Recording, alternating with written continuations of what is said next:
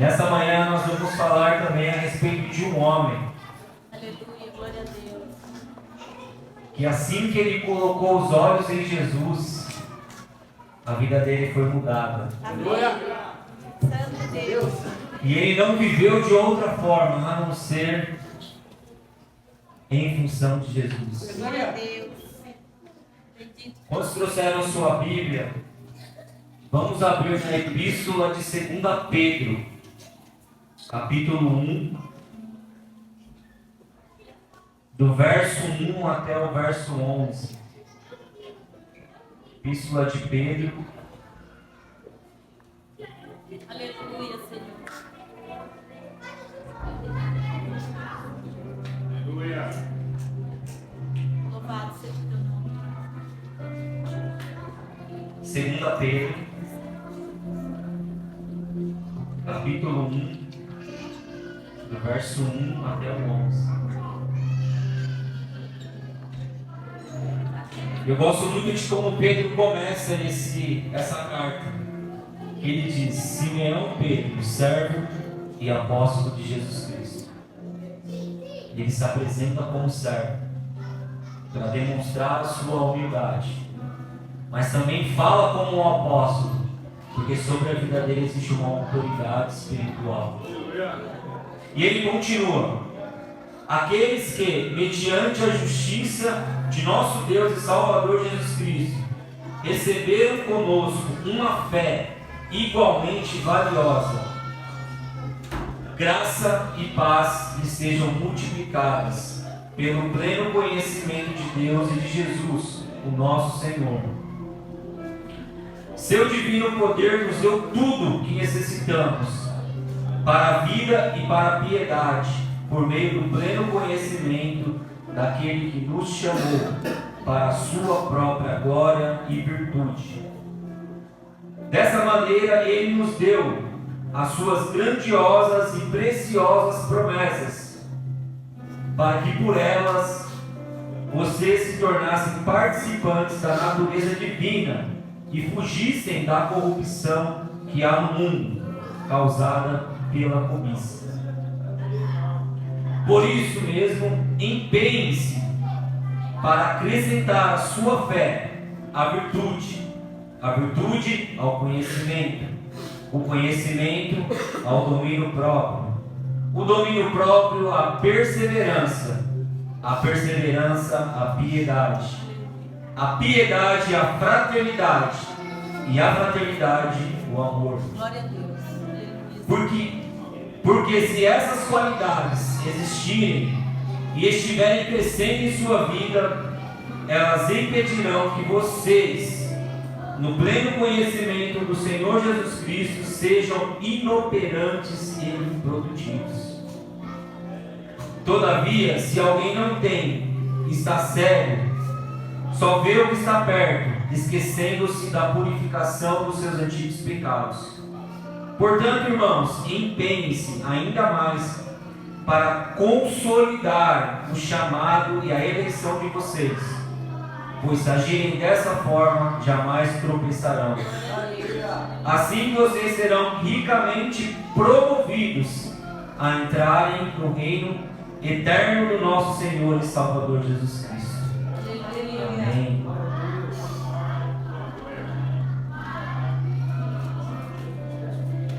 Uma carta abençoada que Pedro escreve para a igreja naquele tempo.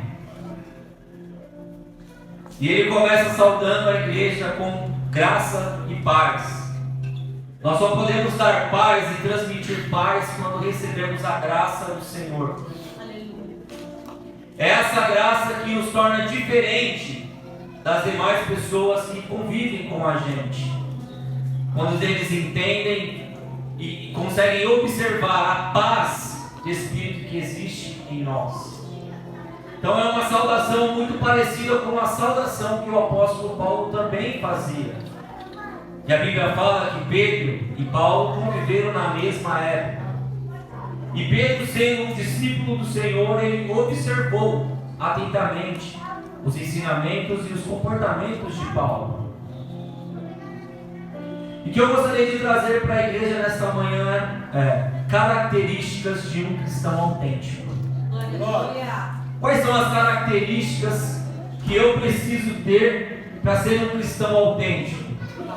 Quais as características que eu preciso desenvolver na minha vida?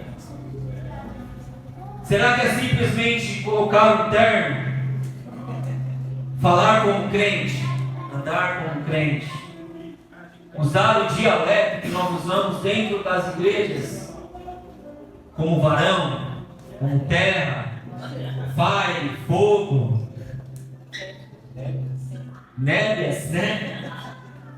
Será que é isso que nos torna um cristão? Será que é dizer jargões para os nossos irmãos e dizer Deus está no controle? O Senhor sabe de todas as coisas? É isso que nos torna um cristão. Apóstolo Pedro, ele faz algumas recomendações para a igreja naquela época. Mas antes de entrarmos nesse texto, eu gostaria de falar acerca de Pedro. Porque Pedro, ele é muito parecido conosco. A Bíblia diz que Pedro, ele foi um dos primeiros discípulos a serem chamados pelo Senhor Jesus. Quantos conhecem aquela passagem da pesca maravilhosa? Onde a Bíblia fala que Pedro e o seu irmão André, que era pescador, e que futuramente também seria um dos discípulos, estavam pescando. E passaram a noite e não pescaram nada. Pedro, ele era esse homem, filho de Jonas, vindo de uma família de pescadores. A Bíblia fala que ele morava numa aldeia chamada Betsaida, que era uma aldeia de pescadores próximas a Cafarnaum. Pedro era um homem simples, direto, autoconfiante, um homem sanguíneo, com personalidade muito forte. Pedro, a Bíblia fala que era um dos poucos apóstolos, discípulos que eram casados. E a própria Bíblia nos diz que Jesus, ele conviveu com Pedro e curou até mesmo a sua sogra. Quando o pastor estava aqui ministrando a respeito de quando eu coloquei os meus olhos em ti, nada mais me satisfaz, eu vi Pedro naquele barco. Quando ele viu Jesus às margens, a Bíblia fala que ele pulou e foi ao encontro. Pedro, ele era esse homem que demonstrava muito calor, as suas emoções eram muito afloradas. Era um homem que, como nós podemos dizer hoje, um homem relacional, ele se relacionava muito bem.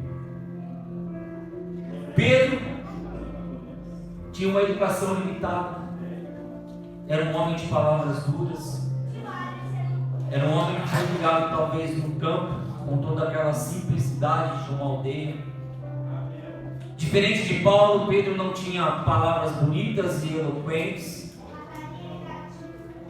não cresceu nas melhores escolas, pelo contrário, Pedro foi ensinado na escola da vida, junto com seu pai e seu irmão, no trabalho braçal. Pedro era um típico homem do campo, simples, direto e impossível. Porém, Pedro possuía uma aptidão para exercer liderança. Pedro era um típico líder naquela época. Pedro também foi o único homem, porque o primeiro foi Jesus. Jesus não era um simples homem, a quebrar as leis da física. Em Mateus 14, 28 diz que Jesus estava andando sobre o mar, e Pedro, avistando, disse para o Senhor: Senhor, permita que eu vá até aí. E o Senhor disse: vem, Pedro. Pedro foi o primeiro homem e o único homem a andar sobre as águas. Então ele quebrou as leis da física.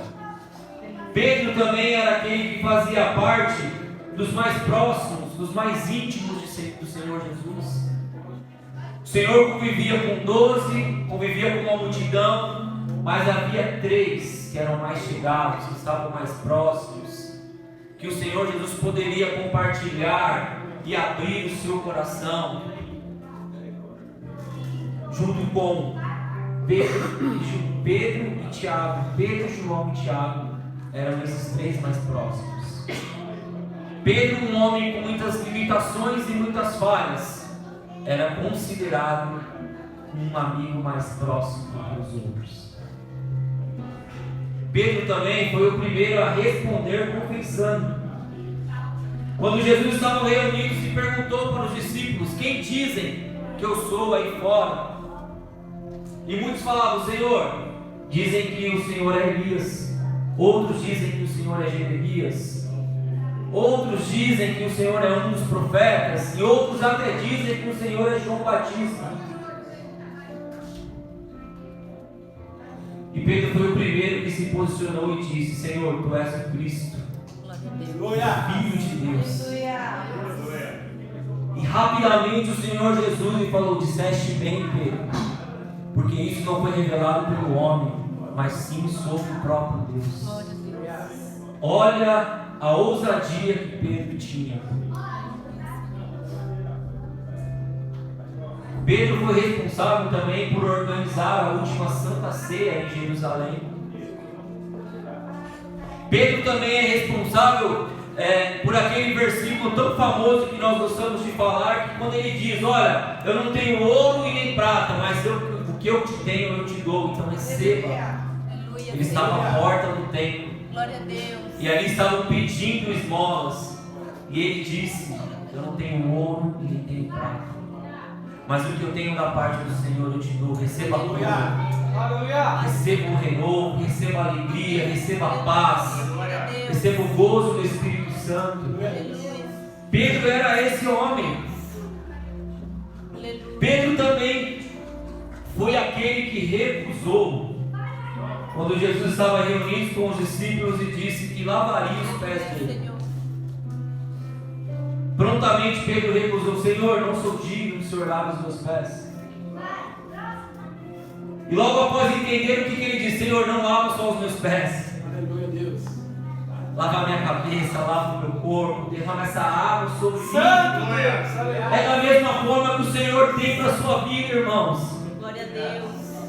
Santo Deus, nós te louvamos. Pedro, ele era esse homem impossível, que amava o Senhor, que era apaixonado pelo Senhor Jesus Cristo. Eu imagino o Senhor Jesus até querendo ir no banheiro e Pedro indo atrás dele. Glória a Deus. Querendo ter um momento reservado e Pedro ali com ele, porque Pedro queria absorver o máximo possível do Senhor Jesus. E essa foi uma atitude: Senhor, não lave só os meus pés, lave toda a minha vida. Derrama dessas águas sobre mim. Eu quero ser cheio, eu quero transbordar desse Espírito. Glória a Deus, aleluia. Mas Pedro também foi aquele que negou Jesus. Depois de tantas experiências, de tantos aprendizados, Pedro também foi aquele que negou Jesus. E o próprio Senhor Jesus disse isso para Pedro, que antes que o galo cantasse 3 vezes, Pedro negaria. E Pedro disse: Senhor, jamais isso vai acontecer. Jamais te negarei, jamais abandonarei ao Senhor. E engraçado que quando isso aconteceu foi no momento da crucificação, onde pegaram Jesus e reconheceram Pedro no meio da multidão. Olha, você não é um daqueles, você se parece, você se veste, você fala, você anda. Eu falei: Senhor, é exatamente isso que acontece. Quando eu estou em determinadas situações, onde eu estou sendo pressionado, onde eu estou acuado, quando as pessoas olham e falam: olha, você não é crente, por que você está tendo esse comportamento? Você se fala, você fala como crente, você se comporta, você se veste, mas você não é um cristão. E quando Pedro estava nessa situação, o que ele fez? Ele disse: não, eu não conheço. Rapidamente o galo cantou. Pedro se lembrou daquilo que o Senhor Jesus havia falado para ele. palavras ao vento. Nós precisamos tomar cuidado com as nossas palavras.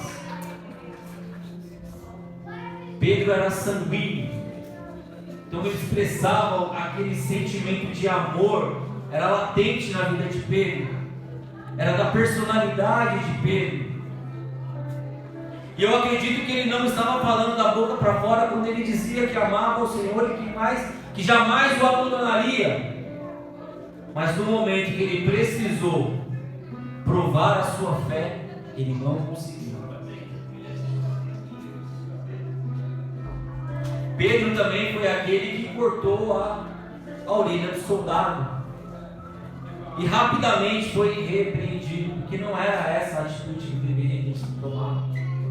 Não é por força, não é por violência que o reino dos céus é conquistado, que o reino dos céus é declarado para as outras pessoas. Não é por imposição, não é por ela abaixo. Aleluia, glória a Deus. Então Pedro rapidamente teve essa atitude de defender ao Senhor e cortou a orelha do soldado. Pedro também foi aquele que foi repreendido pelo Senhor quando o Senhor Jesus estava compartilhando com os discípulos acerca das coisas que viriam, acerca do seu propósito, da sua morte, e ele disse: Senhor, não, isso não vai acontecer com o Senhor. O Senhor vai ficar aqui conosco para sempre, o seu reino será declarado e nós seremos testemunhas, com as minhas palavras. Rapidamente o Senhor repreendeu Pedro e disse: para trás de mim, Satanás, pedra de tropeço.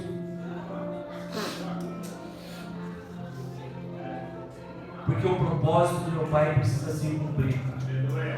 E esse propósito é o amor sacrificial na cruz do Calvário. Aleluia, glória a Deus. Pedro não entendia isso. Pedro também era aquele que teve conflitos com Paulo, até mencionava com o pastor ontem. Um homem que teve tantas experiências, que conviveu diariamente com o Senhor Jesus Cristo. Ele tinha comportamentos diferentes. A Bíblia fala que Pedro era judeu. E a Bíblia nos diz que o Senhor veio para os judeus, mas os judeus o rejeitaram. Então o Senhor foi para os gentios. E é por isso que nós temos acesso e declaramos muitas vezes que nós somos adotados por Cristo. Por esse motivo. Pedro sabia que Jesus veio para o povo. E ele se sentia por isso. Só que o apóstolo Paulo, ele não conviveu com Jesus enquanto Jesus estava vivo nessa terra. Mas ele tinha tanta experiência, tanta autoridade e conhecimento quanto Pedro. E a Bíblia fala que Paulo uma vez repreendeu Pedro e disse: Pedro, por que quando você está com os judeus, você se comporta como um judeu? E quando você está com um gentil, você se comporta como um gentil? Eu falei: Senhor, é exatamente isso que nós fazemos. Quando eu estou na minha igreja, eu me comporto como um cristão. Quando eu estou na minha casa, eu não me comporto como um cristão. Quando eu estou no meu trabalho, eu não me comporto como um cristão. Quando eu recebo pessoas na minha casa, com a minha família, eu me comporto como um cristão. E uso palavras de um cristão. Foi isso que Paulo estava dizendo para Pedro. Pedro, o seu comportamento ele deve ser único. Aleluia. Essa é a característica de um cristão autêntico. Aleluia. Não de alguém que precisa se modificar para se adaptar àquele ambiente, para ser aceito, para ser recebido, para ser acolhido. Não. As pessoas precisam te amar ou desejar estar com você por aquilo que você carrega, pela sua identidade, pelo seu jeito de ser, pela sua crença, pela sua fé. Você não pode ter medo de declarar a sua fé com medo de ser excluído ou rejeitado, ou ser ignorado pelas pessoas. Pedro tinha essa preocupação. Como um líder natural, ele queria transitar nos dois ambientes. E ser recebido, ou talvez ser amado e respeitado da mesma forma. Mas o apóstolo Paulo deixou bem claro que esse não é um comportamento esperado de um cristão autêntico. Você não precisa mudar o seu jeito de ser na sua empresa. Você não precisa esconder a sua fé.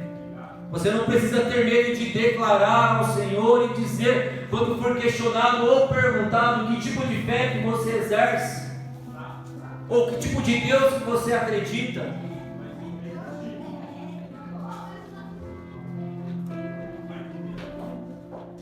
Esse era o apóstolo Pedro, um homem com muitas qualidades e virtudes, mas um homem também com muitas limitações, como eu e você nesta manhã. Um homem que passou por altos e baixos, mas em que em nenhum momento foi rejeitado pelo Senhor. Em nenhum momento foi lançado fora, pelo fato de ter negado, Glória a Deus. pelo fato de ter feito aquilo que não era para ser feito.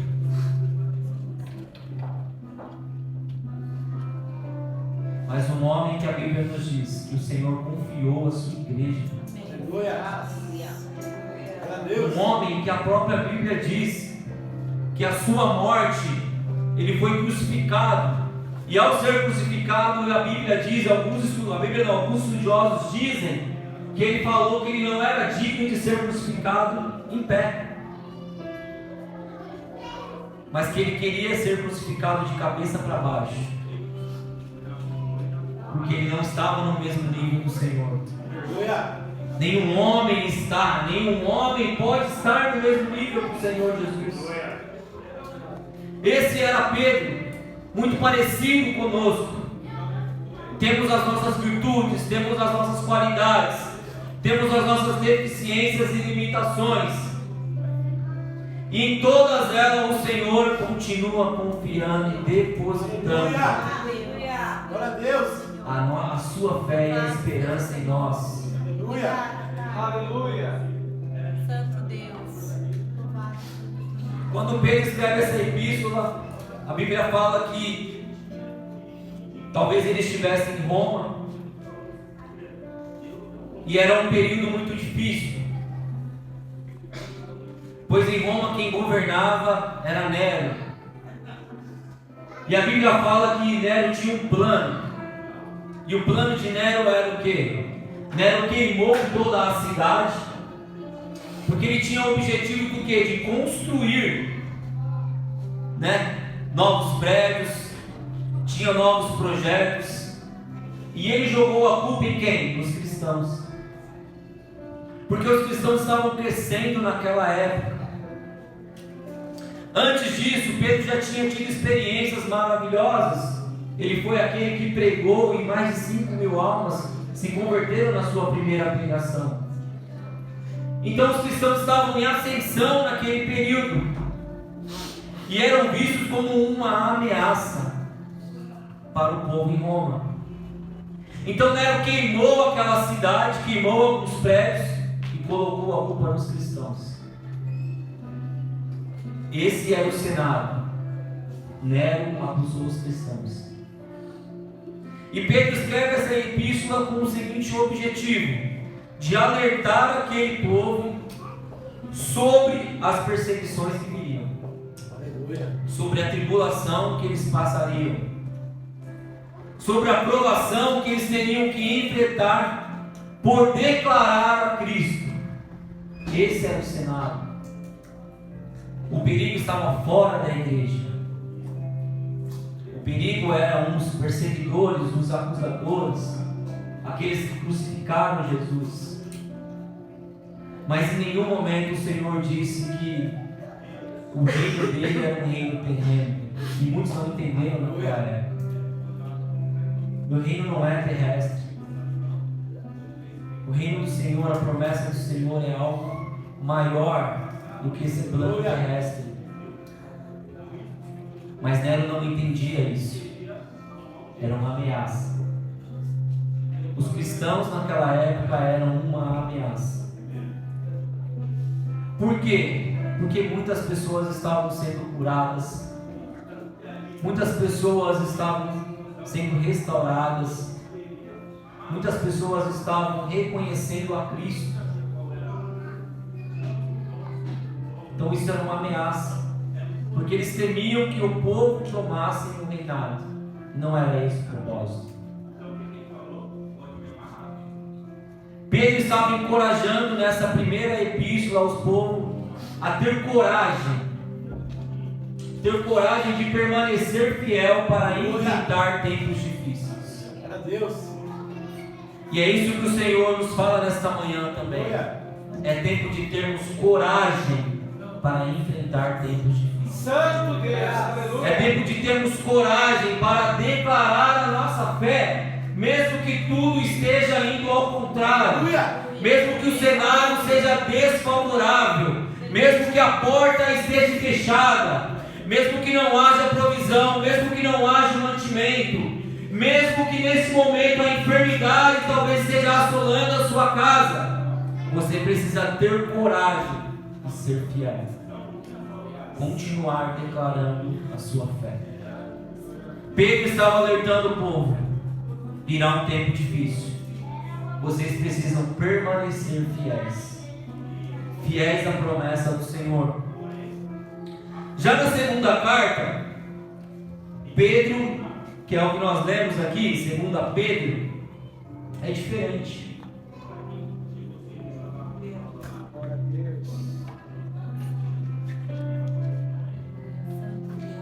O perigo não estava fora, mas o perigo agora estava dentro da igreja. Nessa epístola, Pedro está dando algumas recomendações para aquele povo.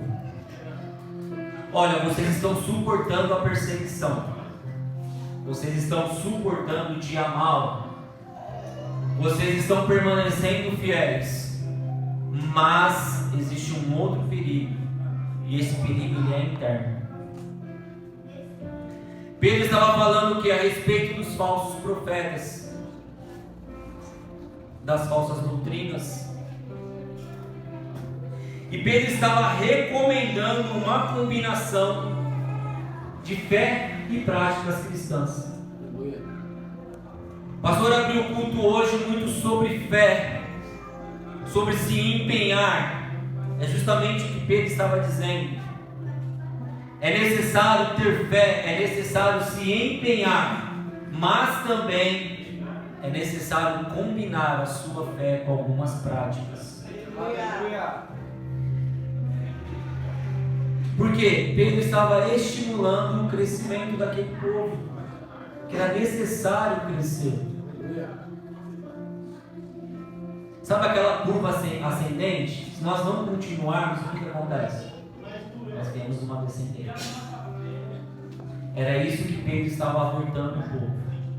E a pastora disse hoje na escola bíblica dominical: quando o vento está ao nosso favor, nós não podemos baixar a nossa guarda, nós devemos continuar, nós devemos permanecer vigilantes, porque num piscar de olho o cenário muda, a situação muda. Combater os falsos ensinos e encorajar a vigilância. E aí nós entramos em Pedro 2, do 5 ao 7, aonde ele fala a respeito de como você deve combinar a sua fé. Essa mensagem não é para quem está lá fora. Essa mensagem é para nós que estamos exercendo a nossa fé, que declaramos ao Senhor Jesus Cristo. E que só a fé não é o suficiente para vivermos coisas novas em Deus. Nós precisamos combinar essa fé com boas práticas. E quando eu comecei a ler esse texto, são coisas que eu falei, Senhor, tem coisas que eu não tenho aqui. Tem coisas que eu preciso desenvolver na minha vida. Primeiro delas é a virtude. Eu preciso combinar a minha fé com a virtude. O que é a virtude, irmãos? Virtude é uma qualidade que se conforma com o considerado que é correto e desejável. Que é correto e desejável. Do ponto de vista o quê? Social, religioso e moral. Estamos falando de ética. Sabe quando uma pessoa conta algo para você e ela diz a palavra mágica, não conta mais para ninguém, e você compartilha, você está quebrando essa virtude. A pessoa não vai te ver como uma pessoa virtuosa, onde ela entende que o que ela compartilhar com você ficará ali.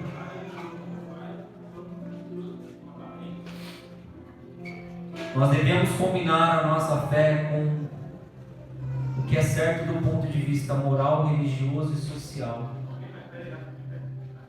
Certa vez tentaram pegar Jesus e perguntaram: Senhor, é correto pagar tributos a César?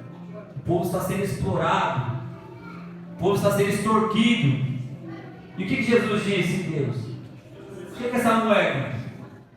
Qual o rosto que tem aqui? É de César. Então, dê a César o que é de César e dê a Deus o que é de Deus. Pague os seus tributos, pague os seus impostos, pague as suas dívidas. Fuja da fama de caloteiro, de trapaceiro, de enganador. Você precisa combinar a sua fé com essa virtude. Aleluia! Santo Deus. Segundo, conhecimento. Conhecimento.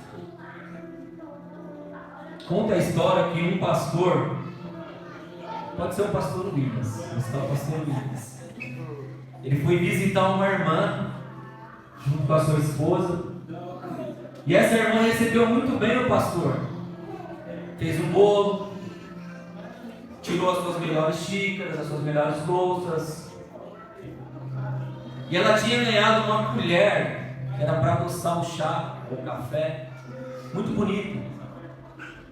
Ela colocou na mesa, eles tomaram aquele café, e após o café o pastor pediu: pega a sua Bíblia, nós vamos estudar um pouco a palavra, vamos orar.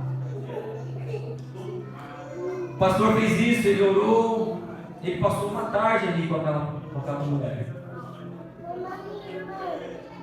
E aí depois de um tempo essa mulher estava falando para outras pessoas: nossa, eu precisava de compartilhar com você algo que está me incomodando. Eu acho que o pastor roubou a minha colher.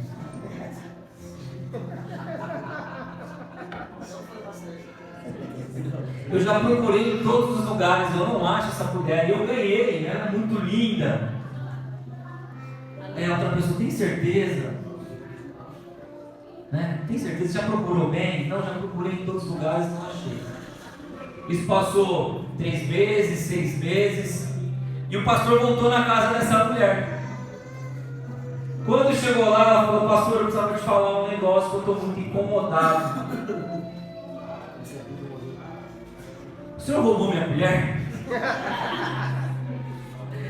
O pastor: não, irmã, pelo amor de Deus, eu sou um servo de Deus. Aí ele falou assim: irmã, vem cá, pega a sua Bíblia. Quando aquela irmã trouxe a Bíblia, o pastor abriu a Bíblia, a mulher estava dentro da Bíblia. Conhecimento. Ela não lia a Bíblia na sua casa, ela não meditava na palavra. Ela só meditava dentro da igreja. Ela só era ensinada dentro da igreja, na escola dominical. Devemos buscar o conhecimento. E o conhecimento nós podemos buscar ele de 2 formas. Conhecimento intelectual, que é examinar as Escrituras. Escrituras, quer ler a palavra, quer ler livros a respeito das Escrituras. E o conhecimento relacional. O que é esse conhecimento relacional? Andar com Cristo. Conhecer a Cristo não só de ouvir falar, mas de andar com Ele, de ter experiências com Ele. Nós precisamos associar, ou melhor, combinar a nossa fé com o conhecimento, para alcançarmos o crescimento. Terceiro, domínio próprio. E é onde as coisas pegam, né? Para todos. Domínio próprio. Vou falar do Anderson, que eu tenho mais liberdade também. Tá fresquinho, né? A gente foi no almoço da Bia que casou e ele falou: cara, eu esqueci meu celular, ia te ligar, eu vi que você estava perto do parque, aconteceu. Eu falei: o que aconteceu? Eu fui abastecer o carro, esqueci meu celular, esqueci a carteira. O rapaz encheu o tanque. E aí na hora de pagar, cadê o dinheiro? Eu falei com o frentista, ele falou que eu poderia ir embora e voltar, mas eu caí na besteira de falar com o gerente. Quando eu falei com o gerente, ele falou: não, você não vai sair daqui. O carro vai ficar aqui. E ele perdeu a linha com o gerente depois. O que você faz quando alguém pisa no seu pé? Quando alguém pisa bem no calo do seu dedo. Domínio próprio. As pessoas precisam ver em nós esse domínio próprio, porque isso é uma característica de um cristão autêntico. De um cristão que não devolve na mesma moeda. Eu até falei para o Anderson: se você tivesse ido embora a pé, pegado a sua carteira na sua casa, voltado lá e falado para aquela pessoa: muito obrigado por tudo, seria um exemplo maravilhoso, seria uma correção maravilhosa que ele daria naquela pessoa. Aleluia. Quantos aqui tem domínio próprio nas suas ações?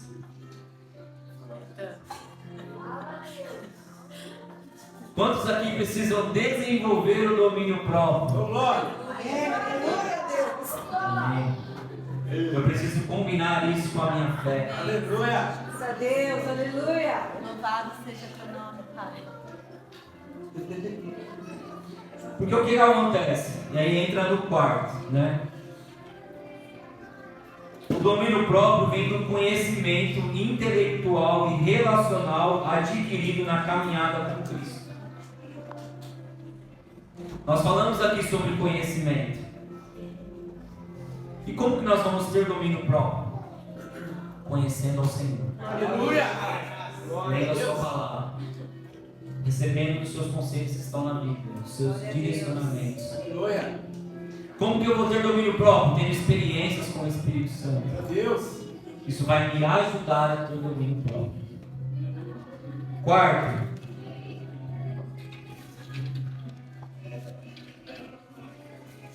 esse também é difícil. Perseverança ou paciência.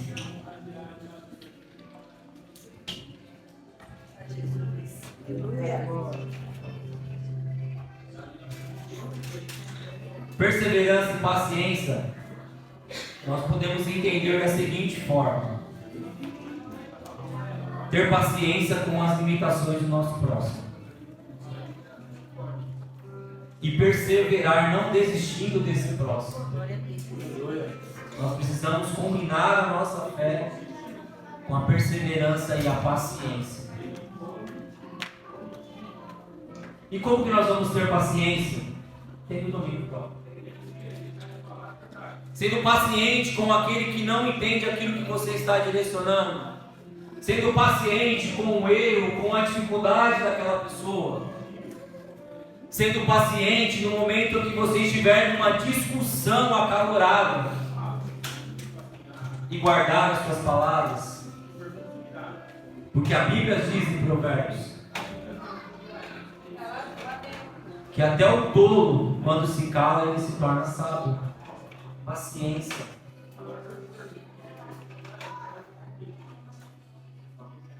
Eu estava saindo para o culto e eu não queria chegar atrasado na escola bíblica.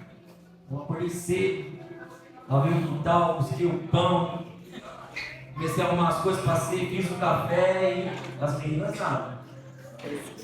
Vamos chegar atrasado. E aí eu vi que ela já foi mudando o humor dela, porque eu estava pressionando ela. Eu falei, Senhor, amém. Deixa eu exercer minha paciência. Deixa eu exercer minha paciência, porque eu não quero perder a bênção. Paciência, irmãos. É isso que Paulo estava ensinando para aquele povo. Obrigada, Senhor. A ter paciência com uma igreja que, após uma perseguição, estava passando por um momento de se levantar novamente, de se reerguer. Paciência com os cristãos que ficaram dispersos, que se afastaram, que se esqueceram das experiências que eles viveram antes de tudo que estava acontecendo naquele período, devido às perseguições. Perseverança para não desistir dos fracos e oprimidos, das viúvas. Paciência, ela só vem quando nós temos domínio próprio. Você entende que tudo é uma combinação, que tudo está ligado. Quinto, piedade, que é o que? Compaixão pelo sofrimento alheio. Piedade é quando você se relaciona. Como é que você vai ter piedade? Quando você se relaciona bem com Deus, consequentemente você se relaciona bem com seus irmãos. Quando você tem relacionamento com Deus, você age com piedade para com as pessoas. Sexto, fraternidade. O que é fraternidade? Significa afeição pelas pessoas que pertencem à mesma fé que a sua. Ou seja, significa lutar pela mesma causa. Nós precisamos ter essa fraternidade em nós. Nós convivemos com pessoas aqui hoje que têm a mesma causa que a nossa, que é Cristo, que é o reino de Deus, que é declarar a nossa fé. A fraternidade, ela não condena, ela não empurra aquele que está no mesmo propósito, na mesma missão que a sua, para fora.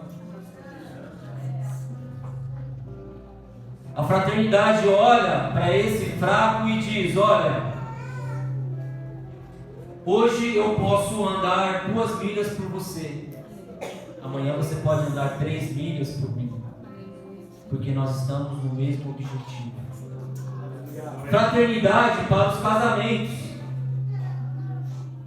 Vocês estão dentro de uma família e têm o mesmo propósito, que são seus filhos. Por que nós estamos andando em caminhos opostos, em pensamentos opostos, sendo que nós temos a mesma causa, a mesma missão? Fraternidade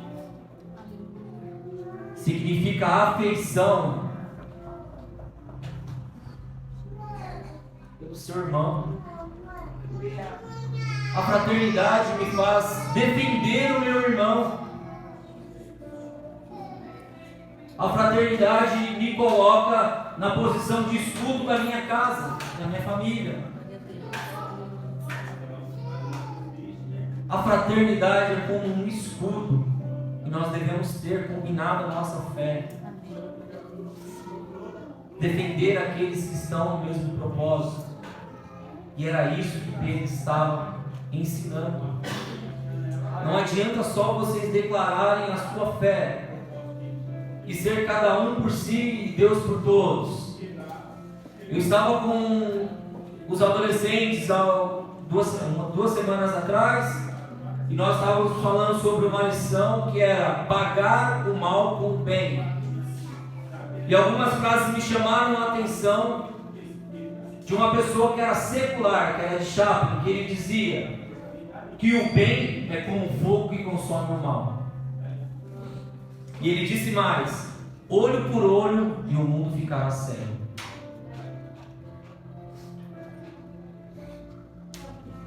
Eu não estou interessado somente naquilo que pode me afetar, mas naquilo que pode afetar a minha comunidade.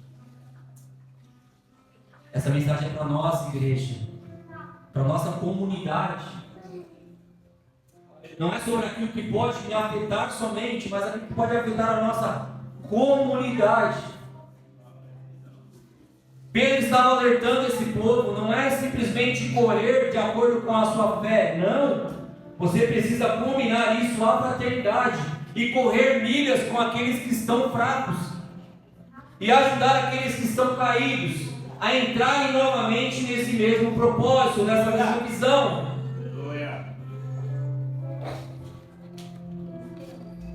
E por último, o amor. 1 Coríntios 13, do 4 ao 7, fala muito a respeito do amor. Que eu preciso combinar a minha fé com o amor. E o amor é maior do que tudo. Aleluia. O amor sobrepõe todas essas outras qualidades.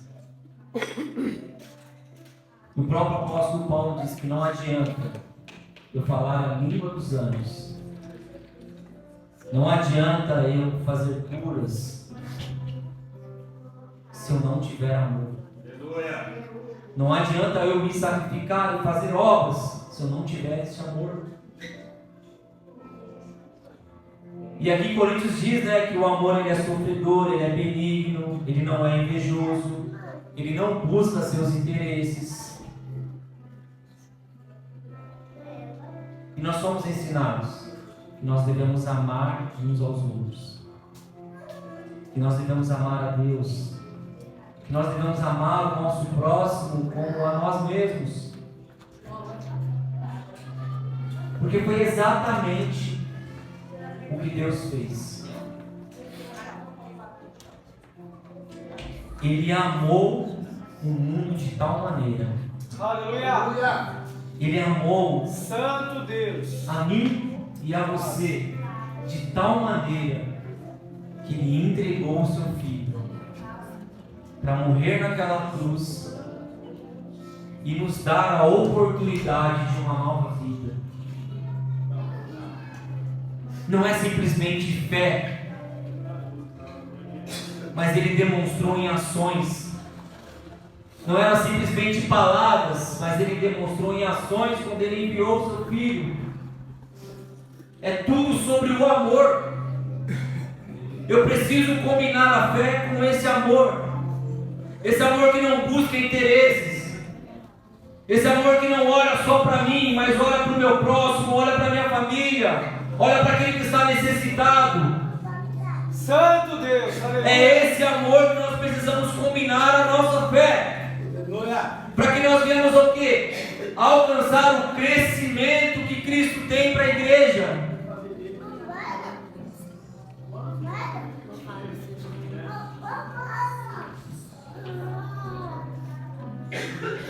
Sem essas qualidades, sem combinar a nossa fé, nós vamos ser o quê? Improdutivos e inoperantes. Aleluia, glória a Deus. E esse é o ponto. Se nós não combinarmos a nossa fé com essas características, com essas práticas cristãs, nós vamos ser improdutivos e inoperantes. Uma palavra muito forte. Glória a Deus.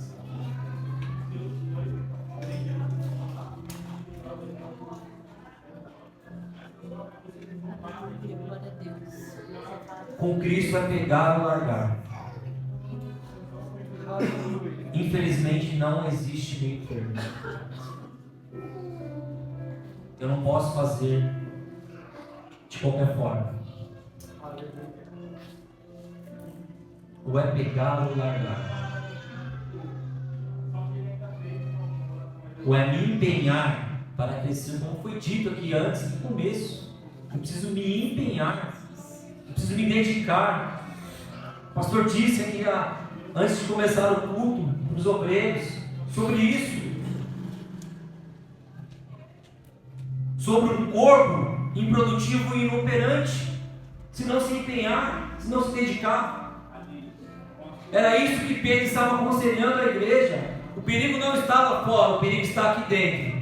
Se nós não combinarmos as nossas fés com essas práticas, nós vamos nos tornar o que? Uma igreja inoperante e improdutiva. Não terá nenhum sentido mais nos reunirmos aqui, porque não irá gerar frutos.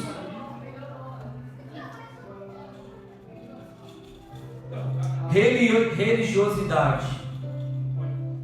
Se não combinarmos a nossa fé com essas práticas, vamos nos tornar pessoas religiosas.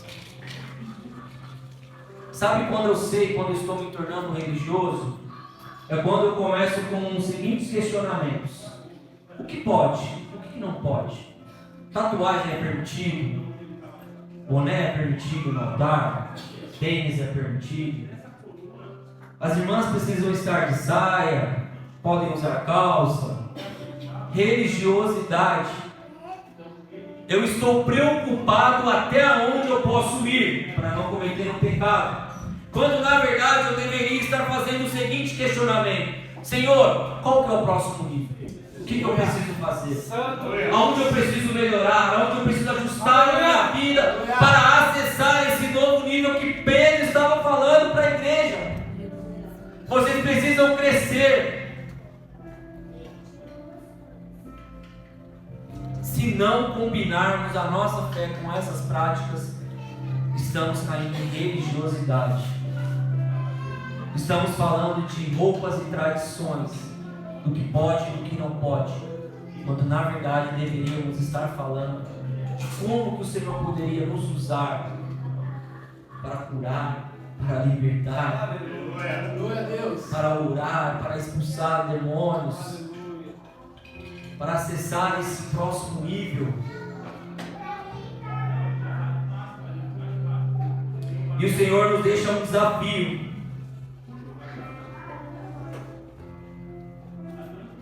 E esse desafio é uma caminhada cristã exige empenho. Esse é o desafio que o Senhor nos deixa nesta manhã. Nos empenharmos nessa caminhada. Glória a Deus. Aleluia. Nós vemos esse texto e ele fala sobre bênçãos, promessas preciosas. Abre lá para mim em 2 Pedro 2, do 1, do 3 ao 4, Gabi. Nós vamos ver novamente. Aleluia.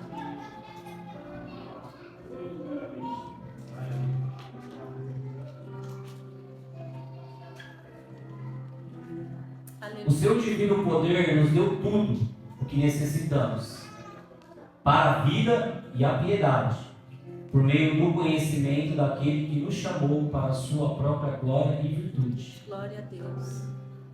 Dessa maneira, Ele nos deu suas grandiosas e preciosas promessas, para que por elas vocês se tornassem participantes da natureza divina, tendo escapado da corrupção que há no mundo, causada pelos maus desejos.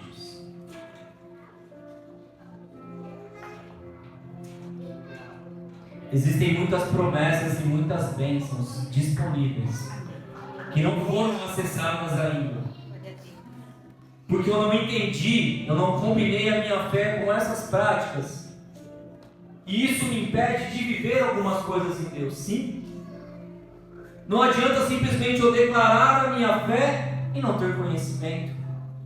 Não adianta eu declarar a minha fé e não ter piedade do meu próximo. Não adianta eu declarar a minha fé e não agir e não ter atitudes como uma pessoa que vive em grupo dentro de uma comunidade. Conta a história que uma pessoa tinha um desejo de fazer um cruzeiro. E ela juntou ali os seus recursos e pagou, e chegou o dia desse cruzeiro. Como ela tinha depositado ali, juntado todas as suas finanças, ela não tinha dinheiro para se alimentar no cruzeiro. E diz a história que ela levou ali pão com mortandela, um suco. No primeiro dia, ok. No segundo, o pão já estava murcho, a mortandela passava. E uma pessoa viu ela isolada no canto, perguntou: o que está acontecendo? Vamos lá. Gastei todo o meu dinheiro, para esse cruzeiro, era um sonho, estou muito feliz. Mas tem a questão da alimentação.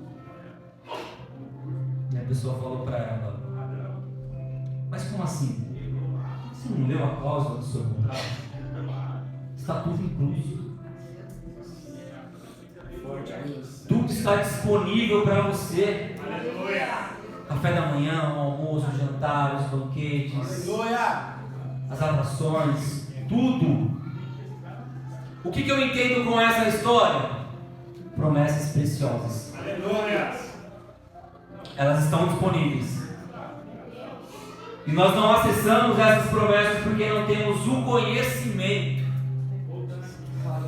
Porque não estamos combinando a nossa fé com as práticas cristãs. Fique de pé nesse momento.